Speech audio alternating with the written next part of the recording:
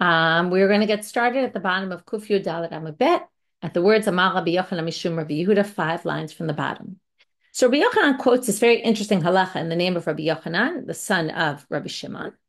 Dvar Torah ha'av yoresh et beno v'isha yoreshet et bena. By Torah law, a father inherits the son, and in that same way, a mother inherits her son as well. Meaning, if there's no father, then the mother inherits the son. Where does this come from? Shene'emal matot. Okay, this is in the pasuk. Every daughter is yoreshet nachalah mi matot b'nei Israel. A daughter inherits nachala from the tribes of Israel. Why tribes? Really, inheritance is usually within one tribe. Makish mateh ha'em lemateh ha'av, which we actually saw already on Kuf Yud Aleph, which we'll go back to there soon. A different hekesh between the mateh ha'av and the mateh ha'em. Ma mateh ha'av av yoreshet beno, af mateh ha'em isha yoreshet et bena. Just like in the father's tribe, the father inherits the son. Also, in the mother's tribe, the mother can inherit a son in a case where there's no father alive. To which Eitive Rabbi Yochanan the Rabbi Yehuda, Rabbi Yochanan comes and says to Rabbi Yehuda, but Rabbi Shimon, what do you mean? It says in our Mishnah, Ha'ishat b'na, ha'ishat ba'ala, v'che'a'em, manchilim v'nochalim. Okay, the mother and the son are in the category of manchil v'lo nochel. Manchil means the mother can pass on her property as inheritance to her son, right? If her husband's no longer alive, but she's not nochalim, she doesn't get the nachala of her son. So from here you see a mother doesn't inherit the son. To which Rabbi Yehuda, son of Rabbi Shimon, says, Amar le, Mishnatenu eini yodea Mishnah. Says, I don't know who the author of our Mishnah is. Meaning, I don't hold by the Mishnah. Don't raise a question from me against me from the Mishnah. The Mishnah and the Rashbam even adds more based on what we'll see in the continuation of the sugya, which is the Mishnah doesn't even make sense. The Mishnah itself contradicts itself. Okay, to understand that, we're going to have to keep going on. And we're going to go back to something we saw previously. And for this, there's a short study guide today. And I'm going to share my screen. So you see, there's 2 drashot of matot. Okay. One of them is what we just learned, which is just like the father inherits the son, the mother inherits the son as well. But the second drasha was on Daf Kuf Yud Aleph. And there we had the son, okay, I'll read it in Hebrew first. Ben kodem labat b'nichsei ha'em. When the mother dies and the son is supposed to inherit, the son precedes the daughter. If they're sons and daughters, son comes first and the daughter after. Where do we get this from? From matot also. Because ma mateh ha'av ben kodem labat, when the father's passing on, when the father dies, the son comes first. So af mateh ha'em, also when the mother dies, ben kodem labat, the son comes first. So if there's a son and daughter, only the son will get and the daughter won't. That's another drasha from matot. Okay, so now it's interesting. We're equating mateh ha'av and mateh ha'em in one sense, that the laws of inheritance are the same for a man and for a woman in terms of their children inheriting, meaning the son comes before the daughter, but it's not an equality law. The sons and daughters are not equal. Whereas this makes the father and mother equal in the sense of when they inherit from their children. Now, again, they're not exactly equal because the mother will only inherit from the son if there's no father. But okay, now Zacharia ben haKatzav, Rabbi Zacharia ben haKatzav disagreed there and said, I don't have this drasha matot. And he thought that when it comes to the mother dying, the son and the daughter inherit equally. So if there's a son and daughter, they'll share 50-50. Now, right, I'm ignoring laws of Bechor and all that, firstborn. But anyway, I don't even know if that would be relevant in Nichsei Ha'em. But basically, the son and daughter would inherit equally, according to Rabbi Zacharia ben haKatzav. So now the main point here being is that if our Mishnah, and the second drasha here that I put on the sheet, that a woman does not inherit her son, it would be, this doesn't have the drasha of matot. Then, when we had a Daf Kuf Yud Aleph, that Rabbi Zacharia ben haKatzav also doesn't have the drasha of matot, we could just say our Mishnah holds like Rabbi Zacharia ben haKatzav. So when Rabbi Yehuda said, I don't know who the author of this Mishnah is, the Gemara says, what do you mean? Rabbi Zacharia ben haKatzav, to lo darish matot. He didn't have the other drasha of matot, so maybe he doesn't have this drasha. We're assuming. If you darsh in matot, which basically both drashot of matot are comparing the property of the father and the property of the mother for laws of inheritance, each one in a different way. but they're both basically doing this comparison. So why don't you say, if our Mishnah doesn't have the drasha of matot, which is the way I showed here in number 2, then maybe it's just because it holds like Zakkai ben haKatzav. That also doesn't hold by the drasha of matot, and that would be a very simple answer. To which the Gemara says, oh no, we have a problem. Lo mitukma matnitin Rabbi Zacharia ben haKatzav. We can't establish our Mishnah like Rabbi Zacharia ben haKatzav, and now we're going to see why. There's two things that kind of contradict each other within our Mishnah. Why? Because it's not exactly what the Mishnah says, it's what the Mishnah doesn't say that we explain the Mishnah as saying. Dikatani ubnei achot. It says the sons of the sister. So if a man dies, his sister can inherit, assuming there's not other heirs, he doesn't have any children, and he doesn't have a father, goes to the sister. Because remember, okay, we're going to get to this later today, that it goes to anyone who comes from the father, okay? If the father, once we get to the father in the list, any of the tzedsim of the father, if the mother is also not alive, so basically a brother and sister, the brother dies, no father's alive, no kid, or no kids first, no father, it goes to, and no brothers, it goes to the sister, but the sister's not alive anymore, it will go to her sons. That's what the Mishnah said, b'nei achot. But now it says vitana, and there's a bright on that. By the way, the language in our Mishnah says b'nei achayot, but they say b'nei achot here. It's a bit of a different version of the Mishnah. Doesn't make so much of a difference.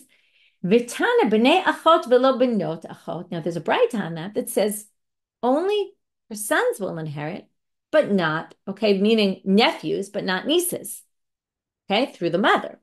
They said, why did they say that? Of course, if she only has girls, the girls will inherit.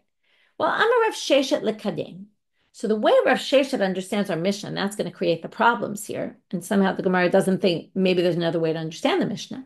Then when it says b'nei achot, it means only nephews, not nieces. For what purpose? Well, of course, nieces would inherit also. If there's no nephews, well, that's what it comes to tell you. First, nephews. Only if there's no nephews, then the nieces. Okay, now, notice what this is saying.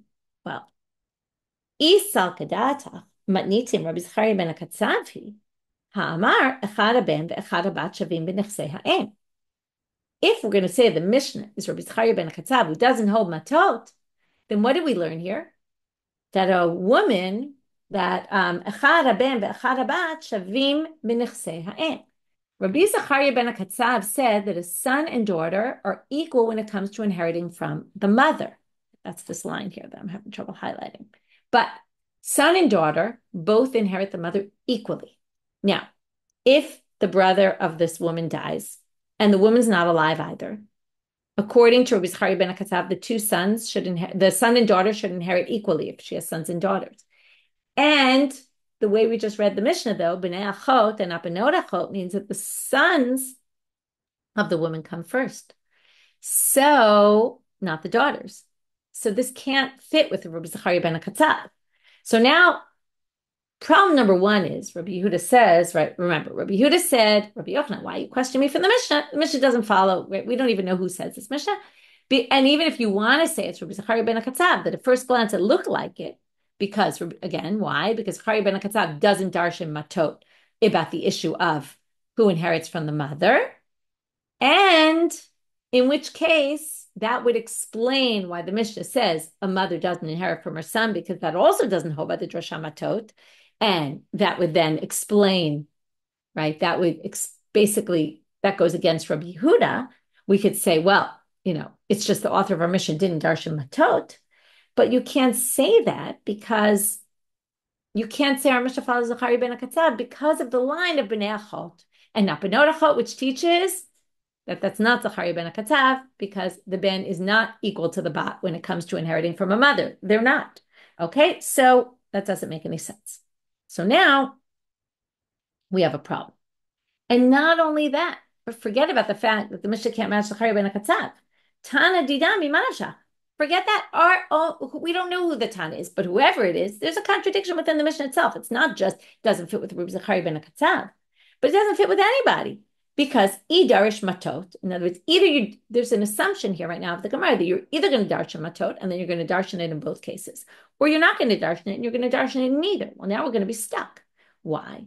Because if you're darish matot, isha nami tirashet bina. If you're going to take the drasha of matot, then the woman should inherit her son. In other words, if you're going to accept it and not agree with Rabbi Zacharia ben haKatzav, which matches, right, the Bnei Achot. The Bnei Achot, okay, I didn't say this explicitly, but it's kind of obvious.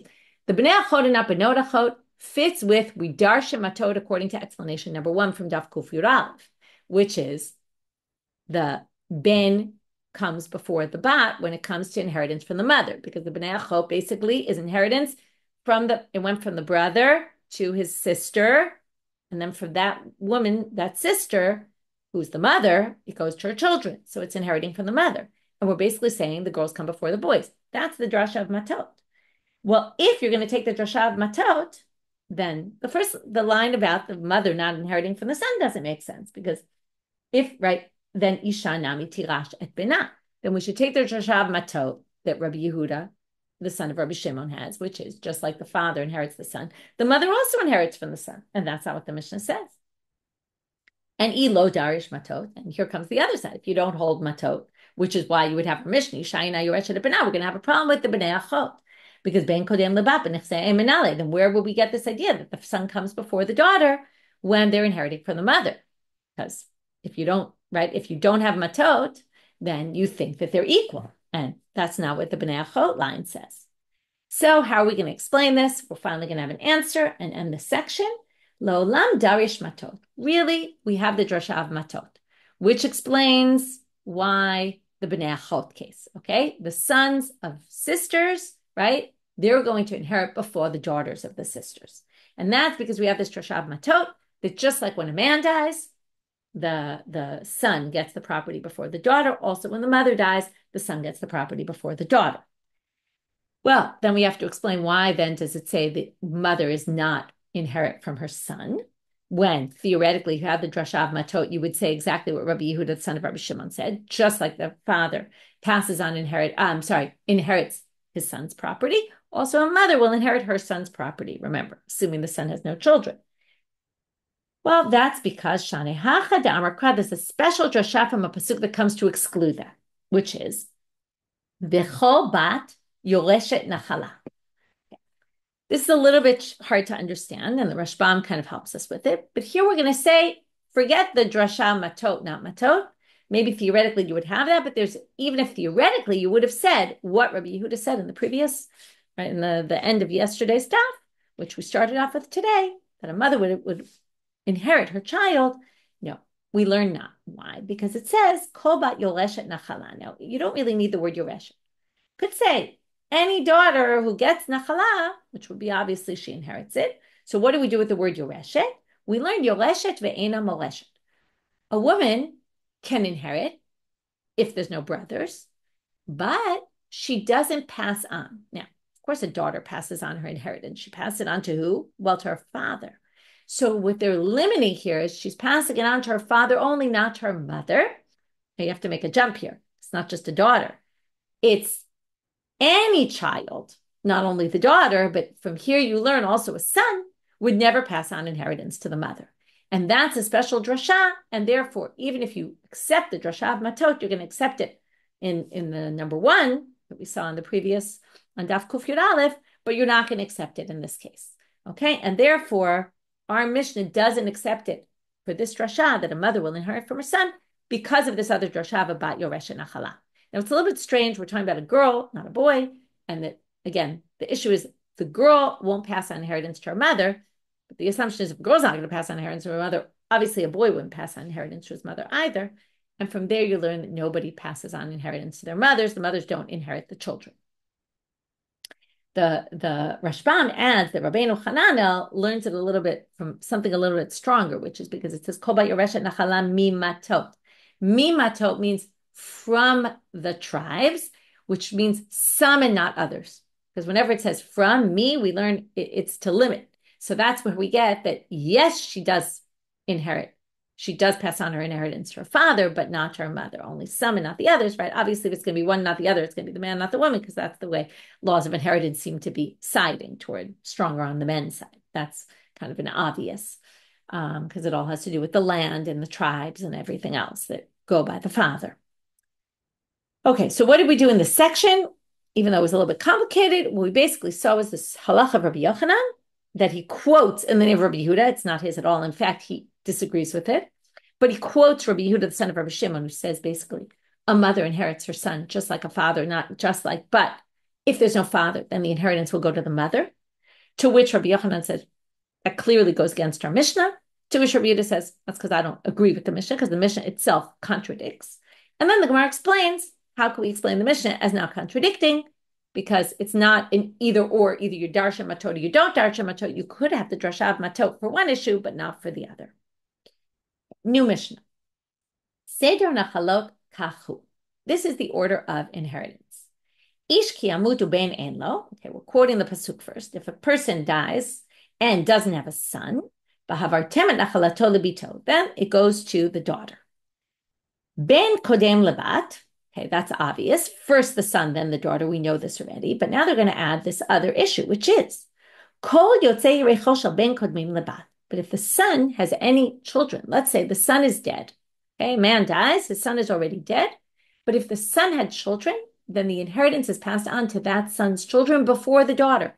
Even, fascinatingly, even if it's a girl, even if he has daughters. So granddaughters or grandsons through the son will inherit before the daughter. So if there's grandsons of the son or granddaughters, they will get all the inheritance and not the daughter.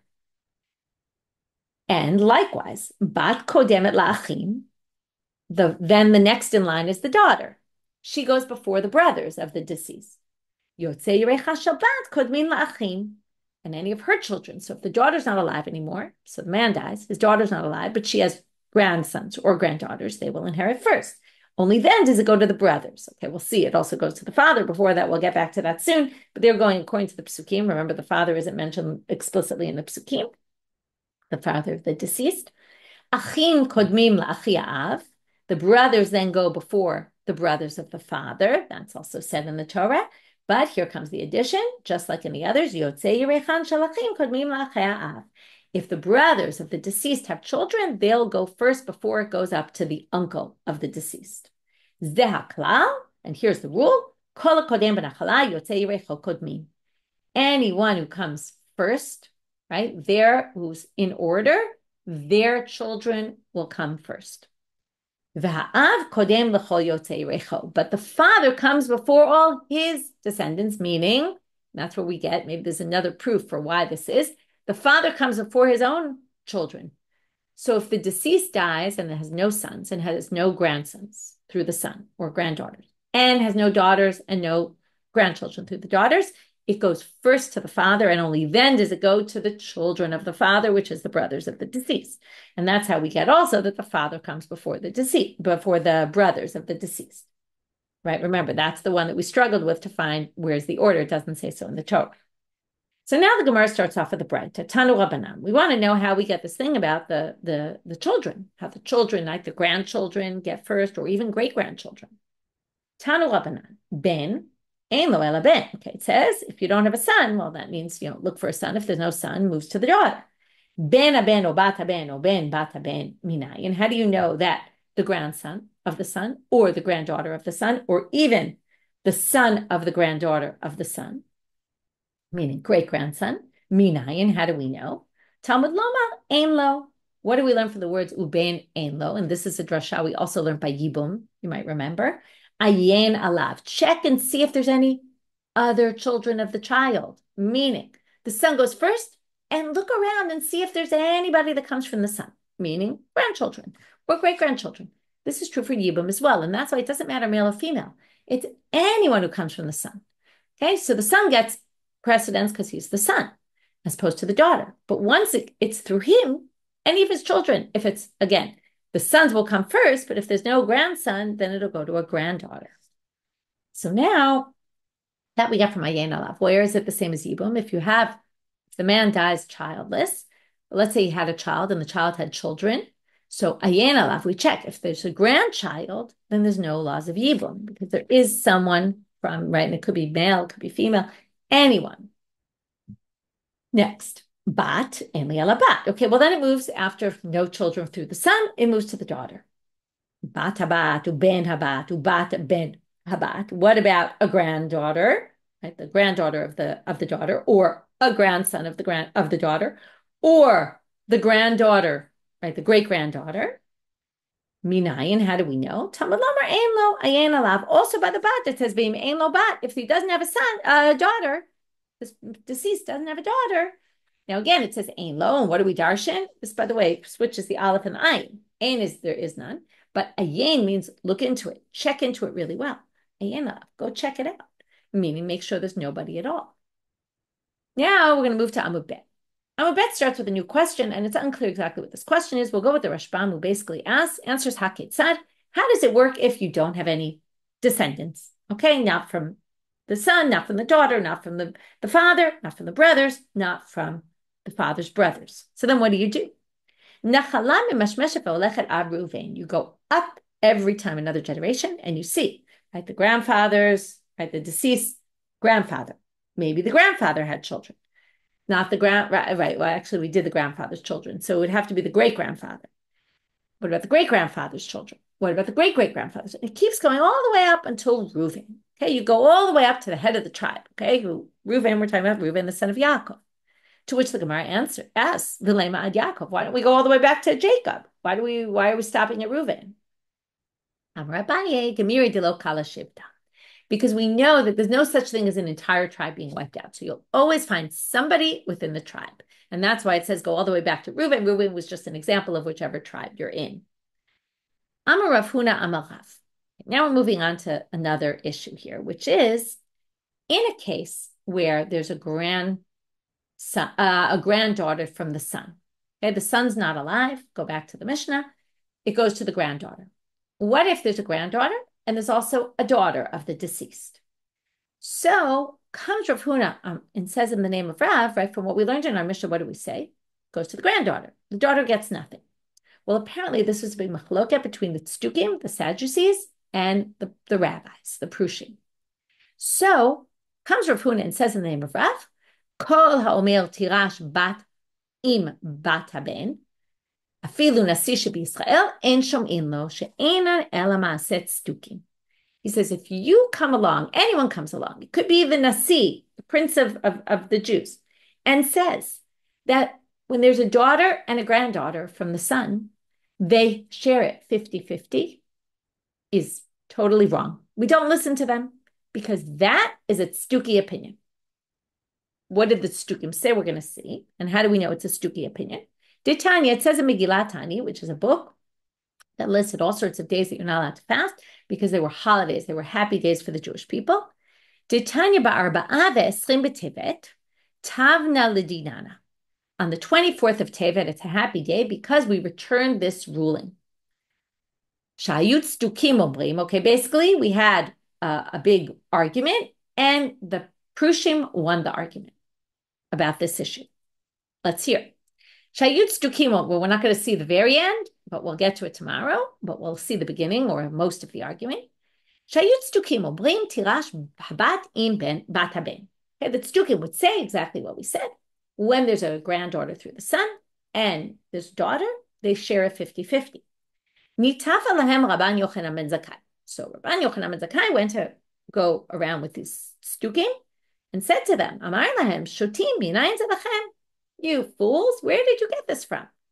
Nobody knew how to answer. Nobody knew, right? This often happens. People know something they've learned, but they have no idea why and where it comes from.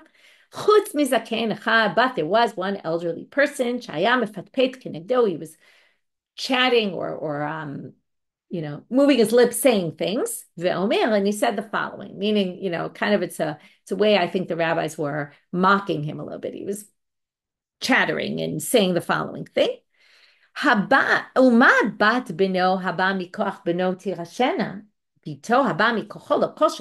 actually a very strong argument.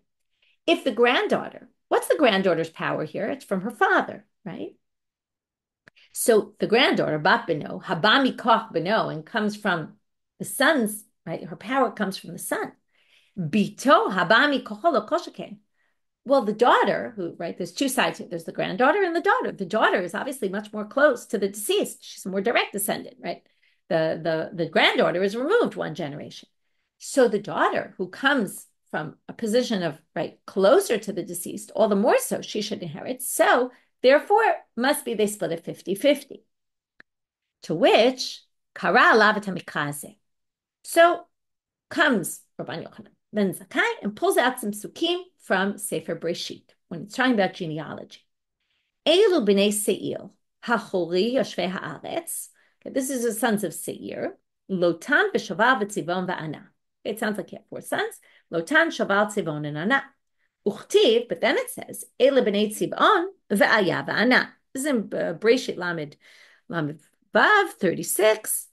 Okay, Psukim 20 and 24. Pasuk 24, it says that the sons of Tzivon were Aya and Ana. Now, this is weird. It just said Tzivon was the brother of Ana. Now it says Tzivon is the father of Ana. Ela melamed shebat Tzivon alimo v'holid Ana. How could Ana both be a brother and a son?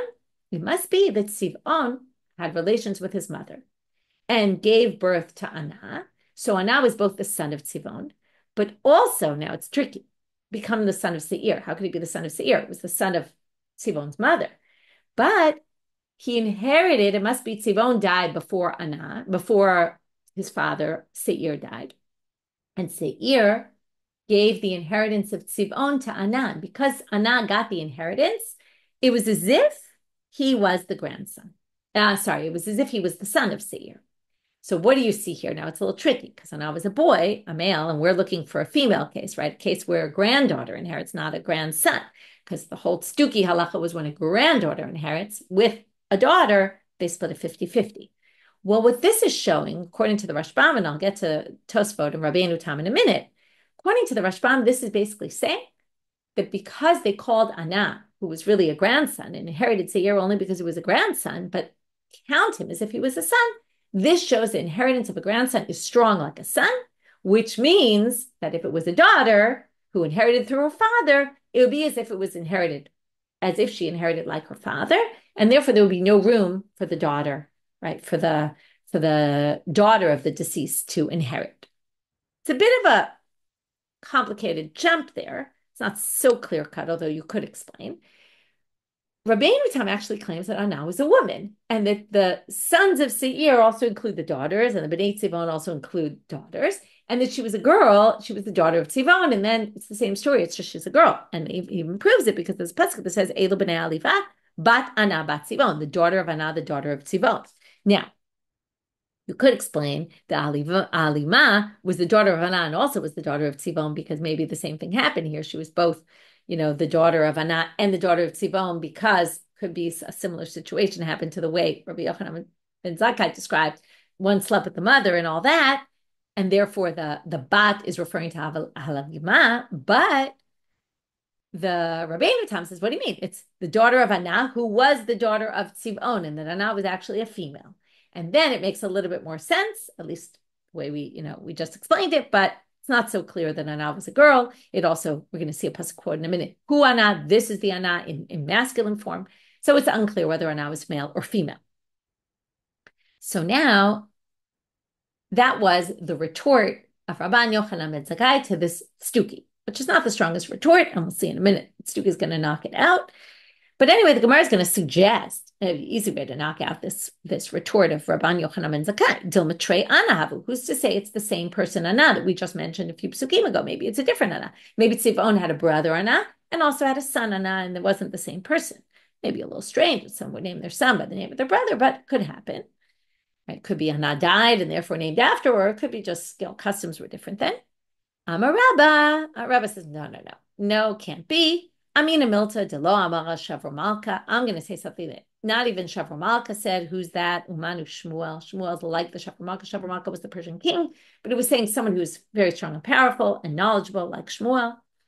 Or Ikad Amre, some people say, Amar Papa Amina Milta lo Amar Shavro Malka Umanu Rabba. There wasn't Rabba who said, I'm going to say something that even Shmuel didn't say. It was actually Rav Papa who said, I'm going to say something that even Rabba, who is greater than me, didn't say.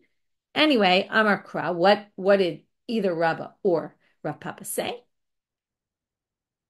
Amar Kra, Hu Ana Demeikar. It's interesting. We're expecting them to say something earth-shattering, and they say something pretty simple, which is the pasuk says, the sons of Tzivon are Ana and Ayan Ana. Hu Ana asher matat hayamim bamidbar. This is the Ana that blah, blah, blah, blah, blah. But what do they mean, this is the Ana? He was the Ana. he was the one that we mentioned a few psukim ago, meaning it's the same Anah that was also listed as the brother of Tzivon. So Amrle, okay, so that just said, okay, we can't knock out Rabban Yochanan and Zakkai that way, but Amrle Rebbe, the Tzduki comes over to Rabban Yochanan and Zakkai and says, that's how you're trying to get rid of my opinion? That's very weak. Now, either it's very weak because we said like the Rashbam, this time about a boy, right, a grandson, and I was talking about a granddaughter, and what are you bringing it from there? That's the easiest way to explain it. But since we saw that Rabbi Yochanan had a different explanation, and I'll give you two other commentaries. The Ran basically says that just because, sometimes you call a grandson a son, it doesn't mean that inherits like a son. And the Maharsha says that these aren't the kind of psukim that you can learn halachot from. Okay, right? This is just a narrative of who was the son of who, a grandson. It doesn't prove anything about inheritance. So the Tzduki comes with a big question. It says, okay, Rabban Yochanan and Zakkai, give me something better. So comes Rabban Yochanan and Zakkai, and he's going to come up with a much stronger claim, and he even starts off, Amar lo shotei, says, you fool again. It's very strong, adamant that Tzdukim have it all wrong, and then you're going to have to wait till tomorrow's class to see what happens and how he, in the end, because remember, the 24th of Tevet was set as a happy day that you can't fast and, do sad things on, because the Prushim won out against the Tzdukim. Rabban Yochanan and Zakkai beat out the Tzduki opinion that when there's a daughter and a granddaughter from the son, the granddaughter inherits all, and it doesn't get split 50-50. And that was what we spent the second part of today's talk on. And the first part was this issue of, does the mother inherit from the son, this unique opinion of Rabbi Yehuda, and Rabbi Yochanan, who questioned it from the Mishna. And then we resolved it by saying, or at least Rabbi Yehuda strengthened his opinion by saying, well, our Mishna has a problem in it, even though we managed to somehow explain our Mishna, even though it was a little bit of a tough explanation. Then we went to the order of Nahala, not only goes son, daughter, father, brother, uncle, but son and all the heirs of the son, right? All the children of the son, even female, daughter, and all the children, the daughters or sons of the daughter, then father, and then sons, which are brothers, basically, brothers or sisters, and then it goes to the uncle of the father. So the uncle of the deceased, the father's brothers. And then if you can't go there, it goes up a generation and up until you find some living relative. And then we got into this, right? Where do we get it from? Ayin Alaf, right? Search to see if there's anyone else there. And then we got to this Rav Huna said in the name of Rav, if anybody tries to tell you that in the case where the granddaughter through the son inherits, and there's a daughter also, if they split a 50-50, they're wrong, because that's Tzdukim, and don't listen to them. And then we got to the whole discussion, and we'll see tomorrow how Rabban Yochanan and Zakkai knocks out the Tzduki opinion and wins this in this debate. With that, we finish for today. Wishing everyone a haKatzav, and we'll meet up on, well, for those who are not keeping 2 days living in Israel, we will continue on Friday morning with a regular Shiur. And for those of you keeping Chag, so you can catch up after the Chag. Wishing everyone a haKatzav.